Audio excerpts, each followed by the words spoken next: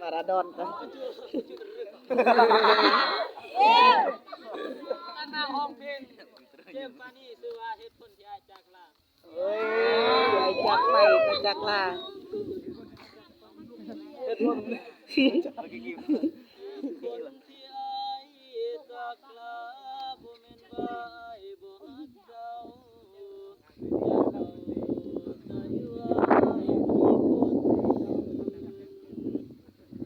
นอ้ายมันมีแต่ใจมันกินบ่ได้เลยบ่อยากฝืนบ่อยากให้เจ้ามายืนข้างกายคนทุกข์ให้คนที่เขาดีกว่าพาเจ้าไปฮอดฝั่งฝันบ่เป็นหยัง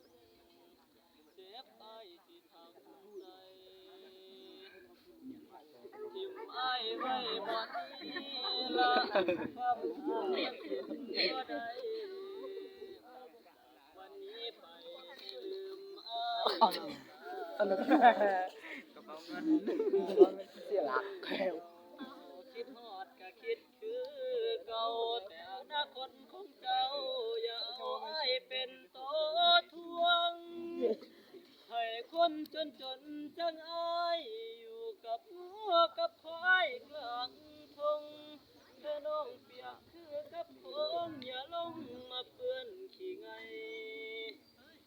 ให้เทพพบุตรอย่างเขาที่มาเขามาหับเจ้าไปถึงเฮาสิหักกันซ้ำใดก็เป็นไปบ่ได้ดอกเด้ออ้ายว่า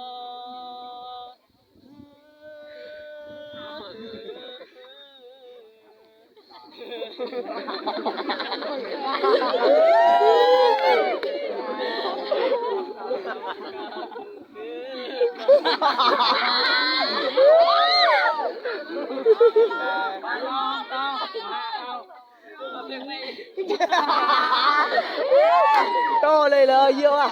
โตเลยเลย